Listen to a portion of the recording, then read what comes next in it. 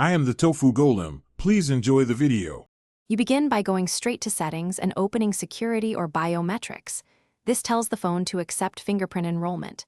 Make sure you already have a screen lock, PIN, pattern, or password, because many systems require it as a fallback. Clean the sensor and your finger to avoid read errors. Once done, select Add Fingerprint and position your finger lightly. You will tap, lift, and adjust angle repeatedly so the sensor captures the full surface instead of only one edge. Once you start enrollment, you should vary angle and pressure so the sensor records the full ridge pattern. This is why the prompts ask you to lift and reposition. Start from the pad of the finger and include sides and tip. The phone stitches multiple partial scans into a complete template. Make sure to enroll a second area of the same finger if prompted. Also add another finger or your thumb.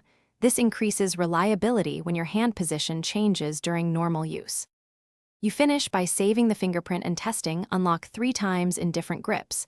This verifies success. If the phone misreads more than about 20% of attempts, re-enroll the problematic fingerprint rather than adding dozens of duplicates.